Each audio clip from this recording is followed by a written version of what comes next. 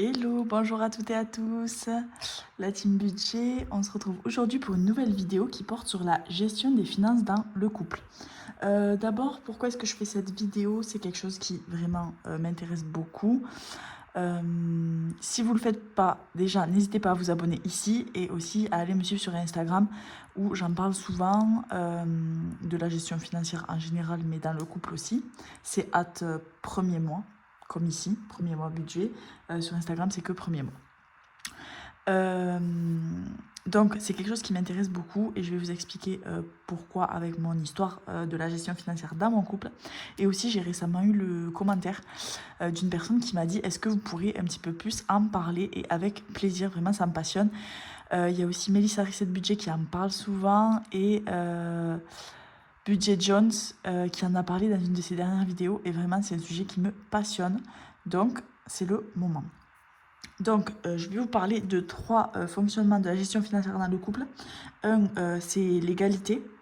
Donc, je le détaillerai après. Deux, c'est faire au prorata. Et trois, c'est tout, la mise en commun. Et qui est donc le système que j'ai nommé équité. Donc, déjà, pour la petite intro, la gestion financière dans le couple, c'est majoritairement défavorable aux femmes.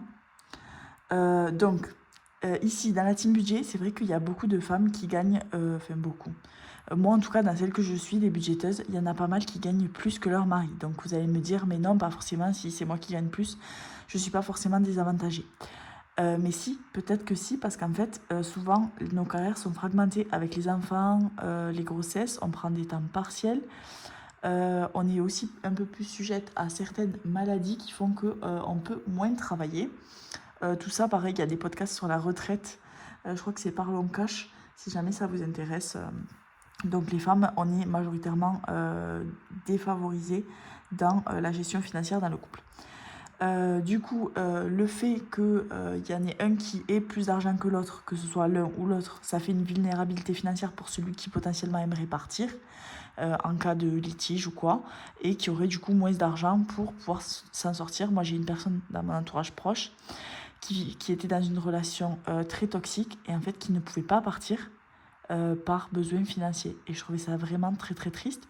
Mais c'est vrai que il y a des moments où j'ai pas compris, mais maintenant je sais que c'est une réalité en fait, de pas avoir assez d'argent pour partir, de pas pouvoir trouver un autre logement, payer la caution, payer un lit, une machine à laver, etc. C'est une réalité pour certaines personnes. Donc du coup, il y a ça aussi qui est très important. Les femmes, on est aussi super impactées par la charge mentale autour du budget et toutes les dépenses invisibles qui sont pour la plupart autour des enfants. Donc c'est vrai qu'il y a plein de budgéteuses que je suis. J'ai pas envie d'en pointer du doigt certaines, mais je vois par exemple qu'elles mettent 50 € pour leurs enfants pour telle chose. Mais est-ce que leur mari met 50 € aussi? Il y en a plein, c'est pas le cas. Je sais que c'est pas le cas, je le sens. Où elles disent, oui, on est allé à la piscine, donc dans les sorties, en famille, c'était 50 € l'enveloppe du mois, mais qui font le budget seul. Et donc, en fait, est-ce que leur mari met 50 € aussi pour les autres sorties? La plupart du temps, c'est pas le cas. Pareil pour les restos avec les enfants, etc. Donc, voilà. Tout ce qui est le temps de travail aussi à la maison, je sais que c'est le cas dans encore beaucoup de couples en France, le patriarcat, tout ça, la culture. Moi, chez moi, c'est pas le cas. On est vraiment à 50-50 sur toutes les tâches ménagères, etc. Même mon mari qui en fait légèrement plus. Ça dépend, en fait. Des fois, lui, il s'occupe plus du jardin. Enfin, on est vraiment à l'équilibre chez nous, mais je sais qu'il y en a plein chez qui c'est pas le cas. Et donc, en fait, la femme, en plus de son travail, pour lequel elle gagne pas beaucoup, de s'occuper des enfants, qui est un travail invisible non rémunéré, elle a aussi tout le travail ménager à la maison, qui est aussi pas rémunéré, pendant que son mec, potentiellement, se fait beaucoup d'argent. Pourquoi? Parce qu'en fait, il est vachement disponible, parce qu'il a quelqu'un pour garder ses enfants, sous-entendu sa femme, qu'il a quelqu'un qui lui prépare les repas, sous-entendu sa femme, qu'il y a quelqu'un qui gère tout le reste, en fait. Et c'est ça aussi qui compte vachement. Là, mon beau-frère vient d'acheter une maison 70-30 avec sa copine. Et donc c'est ce que j'ai expliqué, je lui ai expliqué qu'en fait, là aujourd'hui, ok, mais plus tard, en fait, si jamais ils ont des enfants, etc., tout le temps qu'elle va allouer à la maison aux enfants, c'est du temps que lui, il aura supplémentaire pour travailler plus dur, pour avoir une meilleure carrière, pour avoir un meilleur salaire. Et donc oui, il touchera beaucoup plus qu'elle. Mais parce qu'en fait, elle, tout ce travail invisible, il n'est pas rémunéré. Donc voilà, je voulais vous faire cette petite intro sur les choses qu'il faut pas oublier. Et donc au final, qui fait l'effort le plus lourd dans le couple, financièrement parlant ou pas? Parce qu'en fait, il y a toutes ces dépenses invisibles qui pèsent aussi, qui devraient peser dans le budget. J'avais vu ça aussi quand j'étais en congé mater, j'écoutais pas mal de podcasts. Et en fait, les personnes qui voulaient vraiment une vraie équité dans leur couple, le mari payait la femme, en fait, pour que, par exemple, quand la femme était enceinte, elle se mettait en congé mater et ensuite, elle reprenait pas le travail directement. Et en fait, le mari payait comme un salaire, en gros, à la femme tous les mois pour qu'elle puisse rester à la maison, pour qu'elle puisse avoir son indépendance financière aussi. On n'est pas obligé de tout mettre en commun envers et contre tout. Si on est en couple depuis pas longtemps, si on est en couple depuis un peu plus de temps, mais que on veut garder chacun son argent. Enfin, moi, je suis mariée sous le régime de la communauté. Je sais que c'est pas le cas de tout le monde et heureusement, chacun a son mode de fonctionnement dans le couple. Mais même en voulant garder chacun son argent, il faut être OK sur l'équité en fait. Oui, si moi j'arrête de travailler, j'ai besoin que mon mari me donne de l'argent en fait pour compenser cette perte. Parce que lui, il va continuer de gagner autant et moi je vais réduire mon salaire. Mais pourquoi me sacrifier? Pourquoi? Pour la vie de famille au final. Donc voilà. C'est parti. Je vais vous raconter là notre histoire de couple avec l'argent. Je crois que je l'ai déjà fait vite fait. Je vais essayer de faire une vidéo pas trop longue. Elle fait déjà 6 minutes. Je vais essayer de faire une vidéo pas trop longue, style 20-30 minutes maximum. Donc n'hésitez pas si vous avez des questions, dites-les moi en commentaire et je ferai une autre partie au pire sur d'autres sujets à approfondir. Donc j'ai préécrit comme d'hab pour pouvoir argumenter. Donc notre situation perso. Ça, donc je vais vous raconter comment est-ce que notre gestion financière a évolué dans le couple. Donc notre première partie, c'est moi qui suis étudiante, donc c'était il y a 8 ans. J'étais étudiante et j'avais un job étudiant, donc je travaillais, du coup je faisais mes études pour faire infirmière, je travaillais le week-end, des nuits et des vacances, ce qui me donnait environ 500 € avec les bourses. Et ensuite, mon mari, lui, travaillait déjà. Donc lui, il avait environ 1500 € de salaire. Il avait déjà pris un appartement parce qu'en fait, là, il avait pris un appartement proche de là où il travaillait. Il faut savoir que mon mari, en fait, il a eu son indépendance très tôt. En fait, au lycée, il est venu à 3 heures, donc là où j'habite, mais c'était à 3 heures de chez lui, de base. Donc en fait, il a vécu un peu seul à partir du lycée. Donc il avait déjà un appartement vu qu'il ne pouvait pas rester chez ses parents. Il travaillait, gagnait 1500 € par mois. Donc, il a pris cet appartement pour lui tout seul à la base. On était déjà ensemble, mais notre projet, c'était pas de vivre ensemble direct. Enfin, direct, ça faisait un petit peu de temps, mais on se trouvait qu'on était jeunes, on avait le temps. Donc, il avait pris son appartement avec son salaire de 1500 €. Son petit frère, est venu parce qu'il a été parachuté lui aussi par ses parents, qui l'ont envoyé à 3 heures de chez eux. Du coup, il vivait avec son frère dans une pièce, enfin dans un 2 pièces. Donc, il y avait la pièce principale et une chambre. Et suite à un différend familial assez violent que j'ai eu avec ma mère, je ne vais pas rentrer dans les détails, mais bref, je suis allée un petit peu du jour au lendemain habiter avec eux. Donc, mon mari avait ses 1500 € par mois, moi j'avais 500 € par mois, et mon beau-frère, lui, ne payait rien, et ses parents ne donnaient pas d'argent non plus.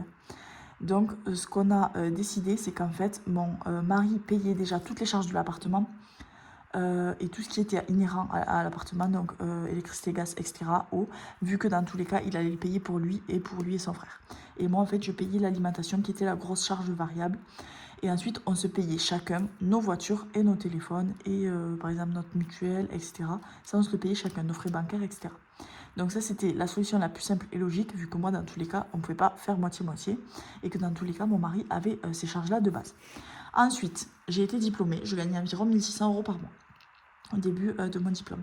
Mon mari travaillait toujours pour 1500 € par mois. On a déménagé dans un autre secteur. Il y avait toujours mon beau-frère qui venait, qui vivait chez nous à moitié du temps. Donc il était la semaine à l'internat, le week-end chez nous et les vacances chez nous.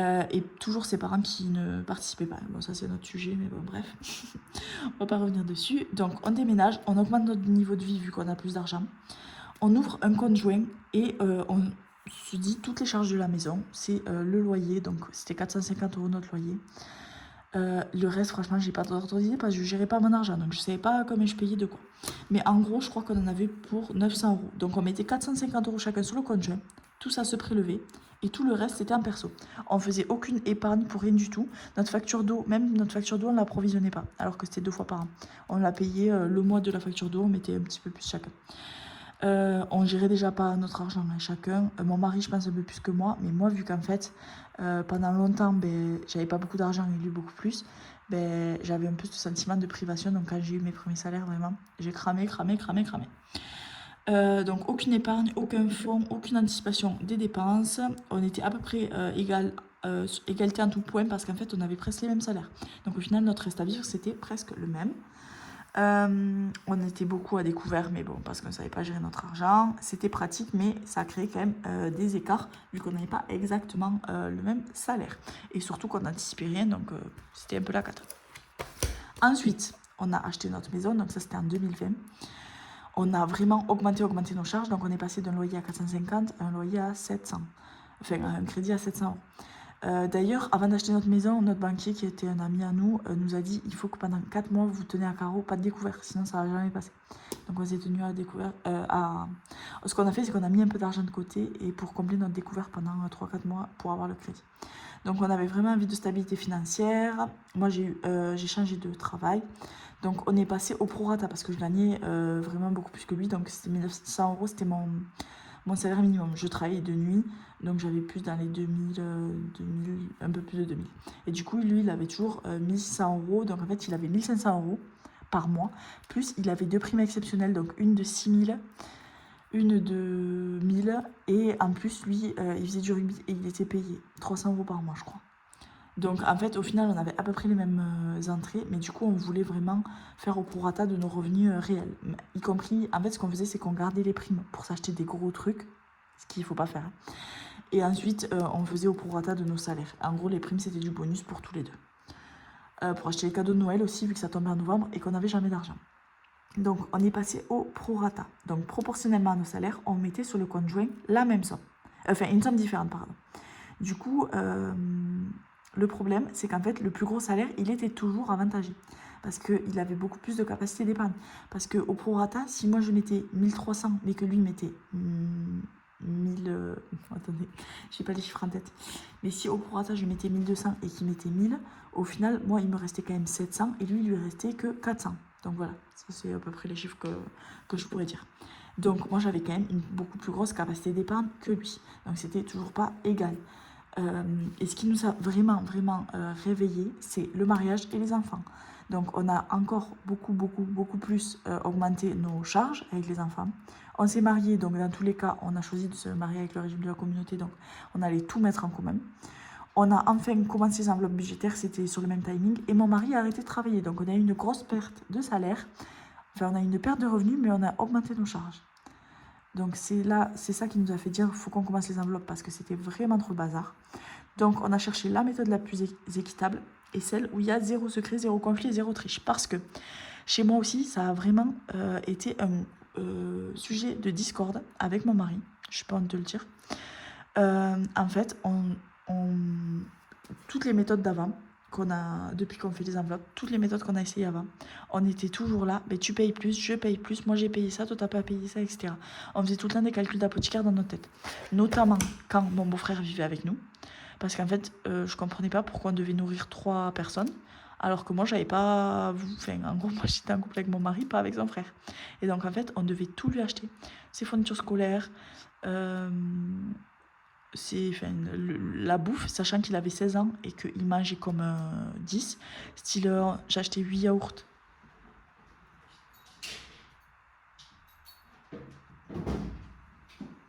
Désolée. C'est mon mari qui a rentré le chien. Ils étaient partis se promener. Donc, sachant que par exemple, j'ai acheté aux courses 8 yaourts, le week-end, il les mangeait les 8. Il mangeait vraiment énormément. Et en fait, le fait qu'en plus ses parents ne participent pas aux charges, on aurait pu diviser par 3, enfin pas par 3 vu qu'il n'était pas là souvent, mais enfin bon bref. Donc voilà, ça a toujours été sujet de discorde parce qu'en fait, on gérait ni l'un ni l'autre notre argent. Donc en fait, en début de mois, tout allait bien. Et dès que nos comptes commençaient à s'appauvrir, on se disait, oui, mais toi, t'as payé ça, moi, j'ai payé ça. On faisait tout le temps, mettons, le resto, tout ça, on faisait un tour chacun. Mais globalement, en fait, vu qu'on n'arrivait pas à gérer notre argent, on essayait vraiment de trouver le coupable, et alors que le coupable, c'était juste tous les deux, en fait. Mais voilà. Ensuite, quand on a commencé les enveloppes, il m'a dit, mais tu veux me prendre mon argent? Enfin, il ne comprenait pas le principe, en fait, de toutes les dépenses qu'on avait. Il ne comprenait pas qu'il fallait provisionner les factures semestrielles et annuelles. Du coup, il se disait, mais pourquoi je donne autant? Un peu comme le mari de Mélissa.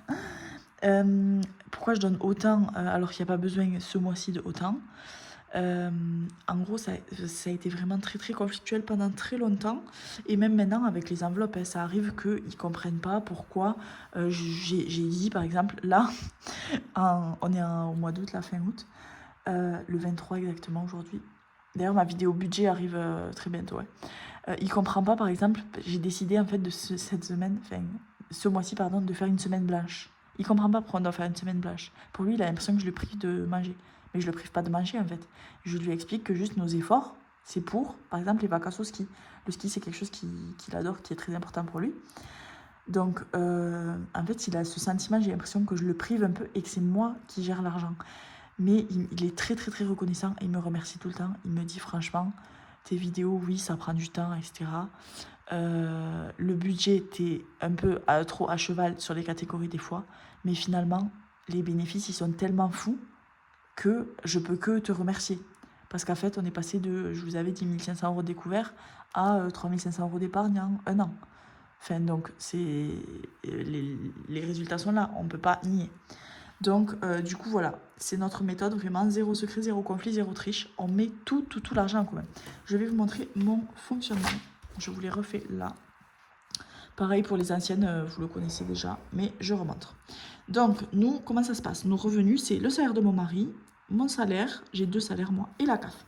Tout arrive sur le compte joint. Donc, il n'y a pas de triche. Mon mari, s'il touche 1 550 ou 1 840, je le verrai.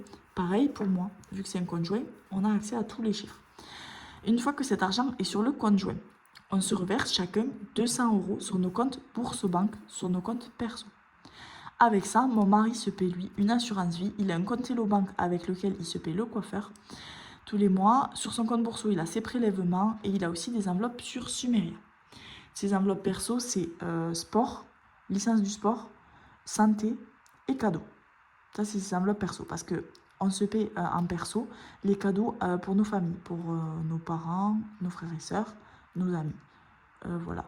Et ensuite, il a un petit peu d'argent pour faire ce qu'il veut. Et moi, avec mes 200 €, j'ai une partie d'enveloppe en cash, une partie d'enveloppe sur Sumeria, j'ai cadeaux, sport, cadeaux, santé, vêtements, mais que j'utilise pour amortir en fait mes entrées-sorties, bon bref.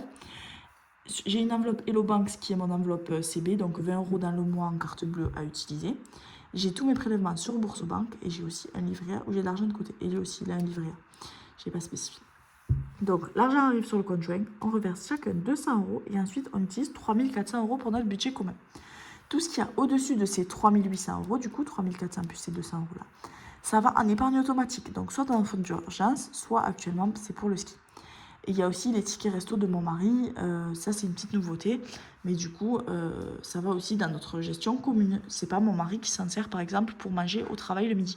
D'ailleurs toutes celles qui ont des enveloppes à 50-100 € par mois pour manger, soit à la cantine, à la Sodexo c'est dégueulasse, soit pour manger dehors tous les midis, non c'est pas possible. Franchement, vous faites une part en plus, vous faites des gamelles. Ceux qui disent qu'ils n'ont pas d'endroit pour faire réchauffer, moi ma fille dans son école, elle n'a pas d'endroit pour faire réchauffer. On lui fait la gamelle tous les jours. C'est comme ça que ça marche. Il y a des enveloppes isothermes. Il y a des enveloppes... Je suis matrixée par exemple. Il y a des gamelles isothermes. Donc la marque Quetch, nous par exemple, je les utilise quand je travaille en intérim et que je dois manger dans ma voiture le midi. Oui, c'est encore chaud le midi. Donc on arrête de dépenser, de jeter l'argent par les fenêtres pour des conneries. Bref, mon coup de gueule est passé. 3 400 € pour notre budget commun. Donc, avec cet argent-là, on a nos prélèvements sur notre compte joint chez le Crédit Agricole, nos enveloppes mensuelles qui sont gérées en cash, nos enveloppes virtuelles qui sont gérées sur l'application Sumeria, qui est une banque, et nos fonds, donc tout l'argent qu'on va mettre en épargne pour toute l'année, donc Noël, anniversaire, etc. Et ensuite, on a aussi nos livrets, donc on a chacun un LEP où on a de l'argent commun, et on a aussi un livret sur Hello Bank où on a de l'argent commun aussi. Donc voilà comment est-ce qu'on gère notre argent de la manière la plus équitable. C'est toutes les entrées d'argent ensemble, on se reverse le même montant Et donc, on a la même capacité d'épargne tous les mois. C'est-à-dire qu'on épargne en commun. Et si jamais on veut encore mettre un petit peu de côté, c'est sur nos 200 euros chacun. Mais on pourra pas, je ne pourrai pas mettre plus de 200 euros de côté, il ne pourra pas mettre plus de 200 euros de côté. Sachant qu'on est marié sur le régime de la communauté. Donc même l'argent qu'on met de côté en perso, c'est de l'argent qui nous reviendra à tous les deux. Donc voilà vraiment le modèle le plus équitable, c'est celui-là. C'est toutes les entrées d'argent quelque part, on utilise l'argent pour le budget commun, et ensuite on se fait soit des enveloppes, on pourrait se faire des enveloppes, je sais pas, mettre le coiffeur, mettons, dans le budget du mois, comme mon enveloppe beauté, et se laisser juste une enveloppe de 50 euros pour notre argent perso, et se mettre le reste dans le budget commun. On pourrait, mais nous, c'est ce qu'on a choisi de faire. Comme ça, si je vais au resto avec mes copines, j'utilise mon argent. Si je veux offrir un cadeau à ma maman, j'utilise mon argent. J'ai pas de compte à rendre à mon mari sur mes 200 euros. Je fais ce que je veux. Si je veux acheter un cadeau à mon mari, si je veux acheter un livre à mes enfants, je fais avec le budget commun. Mais si j'y appuie dans le budget commun et que ça me fait vraiment trop plaisir personnellement de leur faire un cadeau, je le fais avec mon argent et mon mari aussi. Mais la plupart du temps, j'insiste sur ça. Je dis à mon mari, l'argent commun, c'est pour les enfants, c'est pour tout ce qu'on fait tous les jours, nos restos en amoureux, les vacances, etc. C'est l'argent commun. Au moins, il n'y a pas de c'est à toi, c'est à moi, qui participe le plus. Il n'y a pas. Parce que finalement, en fait, mon mari, comme je vous ai dit, pendant longtemps, n'a pas travaillé. Donc c'est moi qui participais le plus. Actuellement, je suis à temps partiel, mais je gagne, même en étant à temps partiel, je gagne quand même plus que mon mari. Mais en fait, c'est pas que l'argent généré par les revenus du travail qui compte. En fait, c'est aussi tout ce qu'on fait à la maison. Tout ce qui va nous rapporter de l'argent, c'est faire tout l'entretien du jardin, faire le potager. Ça, c'est du travail qui fait mon mari et qui génère pas de l'argent. S'occuper des enfants, enfin, tout ce qu'il y a autour. Moi, je gagne pas mal d'argent parce que je fais de l'intérim et que je fais des astreintes, donc la nuit, le week-end, etc. Mais ça, c'est possible parce qu'il y a mon mari. Si demain, je suis plus avec mon mari, je peux plus faire des jours d'intérim au pied levé. Je peux plus partir des nuits entières. Vous comprenez? Donc, c'est l'argent qui nous revient à tous les deux. Donc, voilà, toutes nos sources de revenus sont en commun. On se reverse la même somme d'argent de poche chaque mois. Donc, nous, c'est 200 euros. Et avec nos 200 euros, on se paye nos restos perso, comme je vous ai dit. Par exemple, moi, j'ai une enveloppe beauté, j'ai mon assurance pro. Moi, j'ai mon enveloppe sport, santé. Santé, c'est si on veut aller chez l'ostéo, se payer des médicaments, par exemple, en perso. On fait avec nos enveloppes santé à nous. L'enveloppe santé de la famille, c'est pour si on veut acheter du Doliprane pour la maison, des pansements, etc. Et sinon, tout ce qui est inhérent aux enfants. Les cadeaux de nos amis et de nos familles. Ce qu'on fait, c'est que moi, en fait, j'ai un frère, il a un frère aussi. Donc voilà, j'ai ma mère, il a sa mère aussi. Et ensuite, il y a juste ma belle-sœur où on fait les cadeaux en commun. Parce que du coup, vous voyez, ça fait père. Et du coup, il reste que ma belle-sœur. Et vu que je m'entends trop bien avec, je l'adore. Donc, on fait avec le budget perso, avec le budget familial pour ma belle-sœur. On fait aussi avec le budget familial pour mes neveux et nièces qui sont tous de son côté. Mais voilà, c'est mes neveux et nièces aussi. On se paie aussi nos téléphones, donc nos forfaits téléphone ou si on veut se racheter un téléphone. Ah oui, moi c'est ça que j'ai aussi comme enveloppe téléphone. Mon mari a voulu absolument s'acheter un utilitaire pour ses besoins perso, vu qu'il fait de la menuiserie, etc. C'est sa voiture qui paye avec son argent. Donc la voiture, pour entrer dans les détails, qui paye avec l'argent de son héritage, enfin qu'il a payé avec l'argent de son héritage, donc qui est vraiment sa voiture qui ne fait pas partie de la communauté, quoi. Du coup, il paye son assurance de voiture avec son argent. Et tout ce qui est nos loisirs perso, donc moi le sport et lui le sport aussi en général. Moi tout ce qui est budget par exemple, je l'achète pas avec l'argent commun, je l'achète avec mon argent perso. Donc voilà la présentation de tous les cas de figure qu'on a eu à faire. Donc lui qui paye plus, comme souvent il y en a un qui paye plus que l'autre, enfin ça dépend de la situation financière, c'est ok temporairement de le faire. Quand on aime la personne, etc. Enfin voilà, on ne peut pas le laisser dans la panade. Ensuite, on a fait le moitié-moitié, on a fait le haut prorata et on a enfin trouvé l'équité qui est vraiment le système qu'on ne quittera jamais parce que en fait, on ne se pose plus de questions. On sait que tout est en commun et que tout appartient à tout le monde et qu'on peut dépenser cet argent facilement. Mon mari a accès aux enveloppes autant que moi, il soumet autant que moi les choses à acheter, c'est lui qui fait les courses, donc c'est lui qui utilise les enveloppes courses par exemple. Enfin voilà. Donc n'hésitez pas à me faire vos retours, ça m'intéresse vraiment, c'est un gros sujet la gestion financière dans le couple. Et on se revoit très vite pour ma vidéo budget. Là je vais vous spammer un peu de vidéos, je vais faire la vidéo budget du mois de septembre, tous les changements qu'il y a à venir pour la fin d'année. Parce que non, je ne prépare pas les provisions 2026 en août, c'est hors de question. Donc moi, je vais modifier des petits trucs pour la fin d'année. Et ensuite, je me calerai bien en décembre pour me dire ce dont j'ai envie et besoin pour l'année d'après. On brûle pas trop les étapes. Allez, je vous dis à bientôt. Ciao, ciao!